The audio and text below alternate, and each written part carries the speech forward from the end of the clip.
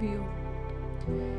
ਪਹਿਲਾਂ ਤਾਂ ਦੁੱਖੋਂ ਤੜਫ ਕੇ ਮੌਤ ਹੋ ਗਈ ਤੇ ਜਦੋਂ ਪਰਿਵਾਰ ਉਸੇ ਜਵਾਨ ਪੁੱਤ ਦੀਆਂ ਅਸਥੀਆਂ ਪਾਉਣ ਜਾ ਰਿਹਾ ਸੀ ਤਾਂ ਰਸਤੇ ਵਿੱਚ ਭਿਆਨਕ ਐਕਸੀਡੈਂਟ ਹੋਣ ਕਾਰਨ ਜਿੱਥੇ ਸਾਰੇ ਪਰਿਵਾਰ ਨੂੰ ਗੰਭੀਰ ਸੱਟਾਂ ਲੱਗੀਆਂ, ਉੱਥੇ ਹੀ ਪਿਓ ਦੇ ਸਿਰ ਵਿੱਚ ਗੰਭੀਰ ਸੱਟ ਲੱਗੀ, ਜਿਸ ਦਾ ਹੁਣ ਫਿਰ ਇਲਾਜ ਨਾ ਹੋਣ ਦੁੱਖੋਂ ਜ਼ਿੰਦਗੀ ਅਤੇ ਮੌਤ ਨਾਲ ਲੜ ਰਿਹਾ। ਜੀ ਹਾਂ, ਇਹ ਕੋਈ ਫਿਲਮੀ ਸਟੋਰੀ ਨਹੀਂ, ਇਹ ਹਕੀਕਤ ਹੈ।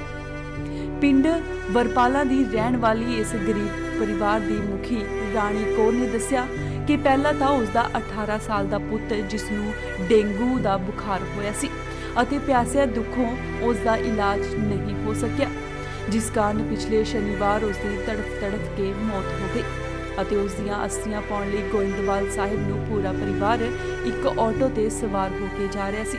ਤਾਂ ਜਦੋਂ ਉਹ ਖਡੂਰ ਸਾਹਿਬ ਦੇ ਨਜ਼ਦੀਕ ਪਹੁੰਚੇ ਤਾਂ ਅਚਾਨਕ ਉਸ ਆਟੋ ਦਾ ਚੱਕਾ ਜਾਮ ਹੋ ਗਿਆ, ਜਿਸ ਕਾਰਨ ਭਿਆਨਕ ਹਾਦਸਾ ਵਾਪਰਿਆ ਅਤੇ ਇਸ ਹਾਦਸੇ ਦੌਰਾਨ ਪੂਰੇ ਪਰਿਵਾਰ ਨੂੰ ਗੰਭੀਰ ਸੱਟਾਂ ਲੱਗੀਆਂ।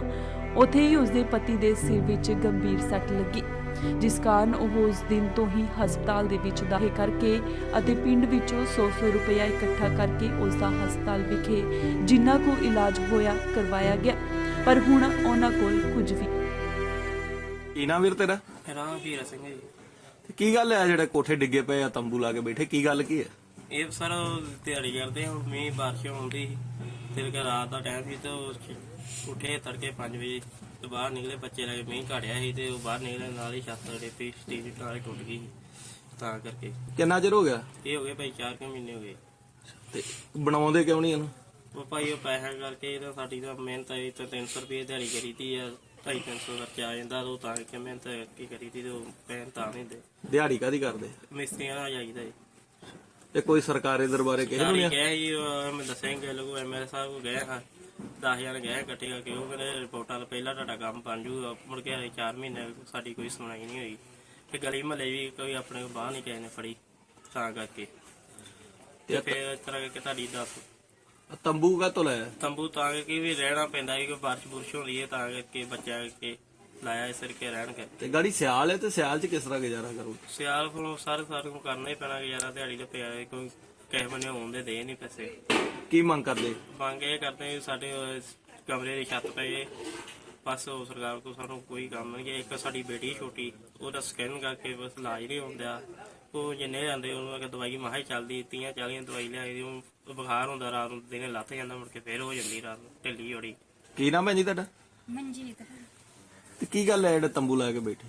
ਭਾਜੀ ਕੋਠਾ ਡਿੱਗ ਗਿਆ, ਫਿਰ ਤੰਬੂ ਲਾ ਕੇ ਬੈਠੇ। ਕੀ ਕੰਮ ਕਰਦੇ? ਕੰਮ ਦਿਹਾੜੀ ਤਾਂ ਪਈ ਕਰਦੇ, ਮੈਂ ਵੀ ਜਾਂਦੀ ਦਿਹਾੜੀ ਪੂਰੀ ਚਲੀ ਜਾਂਦੀ ਆ। ਕੀ ਕੰਮ ਦਿਹਾੜੀ ਲੋਕਾਂ ਦੇ ਘਰਾਂ ਜੀ? ਲੋਕਾਂ ਦੇ ਘਰਾਂ ਦੇ ਕਰਦੇ ਆ। ਤੇ ਕੋਠਾ ਕਿਸ ਤਰ੍ਹਾਂ ਡਿੱਗਾ? ਕਿਸ ਤਰ੍ਹਾਂ? ਕੋਠਾ ਮੀਂਹ ਨਾ ਇੱਕ ਦਿਨ ਮੀਂਹ ਬੜਾ ਆਇਆ ਸੀ, ਉਦੋਂ ਡਿੱਗ ਗਿਆ ਨਾਲ ਹੀ ਮੀਂਹ। ਤੇ ਪਾਇਆ ਕਿਉਂ ਨੇ? ਪਾਇਆ ਵੀ ਪੈਸੇ ਧੇਲੇ ਦੁੱਖ ਪਾਇਆ ਨਹੀਂ ਗਾ। ਤੇ ਆ ਤੰਬੂ ਕਦੋਂ ਦਾ ਲਾ ਕੇ ਬੈਠੇ? ਤੰਬੂ 4 ਮਹੀਨੇ ਹੋ ਗਏ ਤੰਬੂ। ਤੇ ਬੱਚੇ ਨੂੰ ਕੀ ਗੱਲ ਆ, ਛੋਟੀ ਗੁੜੀਆ ਜਿਹੜੀ? ਉਹਦੀ ਪਤਾ ਨਹੀਂ ਭਾਜੀ ਸਕਿਨ ਦੀ ਕੋਈ ਪ੍ਰੋਬਲਮ ਆ ਤੇ ਡਾਕਟਰਾਂ ਨੇ ਇੱਥੇ ਹਸਪੀਟਲ ਖੜੀਦਾ, ਉਹਨਾਂ ਨੇ ਅੱਜ ਲਿਖ ਕੇ ਦੇਤਾ ਅੰਮ੍ਰਿਤਸਰ ਲੈ। ਤੇ ਖੜਦੇ ਕਿਉਂ ਨੇ? ਹਾਂਜੀ, ਪੈਸੇ ਦੁੱਖ ਨਹੀਂ ਖਾਣ ਜਾਂਦੇ। ਕੀ ਮੰਗ ਕਰਦੇ ਜਾਂਦੇ? ਅਸੀਂ ਸਿਰਫ ਆਪਦੀ ਛਾਤੀ ਮੰਗਦੇ ਕਿ ਚਲ ਕੋਠੇ ਦੇ ਅੱਗੇ ਪੈਸੇ ਧੇਲਾ ਮਿਲ ਜੇ, ਕਿਤੇ ਚਲ ਕੋਠਾ ਪੈ ਜੇ, ਸਰਕਾਰ ਤੋਂ ਇਹ ਹੁਕਮ ਮੰਗਦੇ ਹਾਂ। ਤੇ ਜਿਹੜਾ ਸਮਾਨ ਸੀ ਇਹਦੇ ਵਿੱਚ ਉਹ ਕਿੱਧਰ ਗਿਆ? ਸਮਾਨ ਸਾਰਾ ਟੁੱਟ ਗਿਆ, ਬੈੱਡ ਵੀ ਟੁੱਟ ਗਏ, ਪੇਟੀਆਂ ਵੀ 2 ਟੁੱਟ ਗਈਆਂ। ਕੀ ਨਾਮ ਭੈਣ ਜੀ ਤੁਹਾਡਾ? ਮੇਰਾ ਨਾਮ ਰਣਜੀਤ ਕੌਰ ਹੈ। ਤੇ ਕੀ ਗੱਲ ਹੋਈ ਆ ਜਿਹੜਾ ਤੰਬੂ ਲਾ ਕੇ ਬੈਠੇ ਤੇ? ਭਾਈ ਮੇਰਾ ਵੱਡਾ ਕਾਕਾ ਨਾ ਇੱਥੇ ਲੰਮੇ ਪਏ ਤੇ ਵੱਡਾ ਨਹੀਂ ਆਇਆ ਤੇ ਅਸੀਂ ਇਹ ਕੰਦਰਾਂ ਤੇ ਕੇਂਦਰ ਹੀ ਤੇ ਬਾਹਰ ਆਏ ਤੇ ਕਮਰਾ ਡੇਗ ਪਿਆ ਤੇ ਮੇਰਾ ਘਰ ਢਿੱਲਾ ਮੱਠ ਦੇ ਵੀ ਢਿੱਲੇ ਮੱਠ ਨਾਲ ਕੋਲ ਆ ਜਾਵੇ ਤੇ ਮੁੜ ਕੇ ਕਮਰੇ ਸਾਡੇ ਸਾਥ ਨਹੀਂ ਪੈ ਸਕੀ ਪੈਸੇ ਦੇ। ਕਿੰਨਾ ਚਿਰ ਹੋ ਗਿਆ ਸਾਨੂੰ ਜੀ ਵੱਡਾ ਤੂਫਾਨ 4 ਮਹੀਨੇ ਹੋ ਗਏ। ਉਸ ਤੋਂ ਬਾਅਦ ਕਿਰਾਏ ਚਲ ਗਏ ਤੇ ਮੈਂ ਮੁੜ ਕੇ ਕਮਰਾ ਕਰਾ ਲਿਆ, ਤੰਬੂ ਚ ਗੁਜ਼ਾਰਾ ਡਾ ਸੀ ਕਰਨਾ। ਤੇ ਹੁਣ ਕਿਸ ਤਰ੍ਹਾਂ ਗੁਜ਼ਾਰਾ ਕਿਸ ਤਰ੍ਹਾਂ ਹੁੰਦਾ? ਹੁਣ ਗੁਜ਼ਾਰਾ ਜਿਹੜੇ ਮਿਹਨਤ ਮਜ਼ਦੂਰ 100 ਲੈਂਦੇ ਕੋਲ ਲੈਂਦੇ ਮਾਂ ਚਾਹ ਖਾਂਦੇ ਭਾਜੀ ਰੋਕਾਉਂਦੀ ਬੱਚੀ ਢਿੱਲੀ, ਹਰ ਕੋਈ ਦਵਾ ਨਹੀਂ ਹਰ ਕੋਈ ਹੈਗੀ। ਸਮਾਨ ਜਿਹੜਾ ਸਮਾਨ ਸਮੂਹ ਟੁੱਟ ਗਿਆ? ਸਮਾਨ ਟੁੱਟ ਗਿਆ, ਕੋ ਪੇਟੀਆਂ ਬਣਾਉਣ ਦਿੱਤੀਆਂ ਸੀ, ਪੈਸਾ ਦੇਖੋ ਵੀ ਨਹੀਂ ਆਉਂਦਾ। ਕੀ ਮੰਗ ਕਰਦੇ ਹੋ? ਅਸੀਂ ਮੰਗ ਕਰਦੇ ਸਾਡਾ ਕਮਰਾ ਪੈ ਜੇ।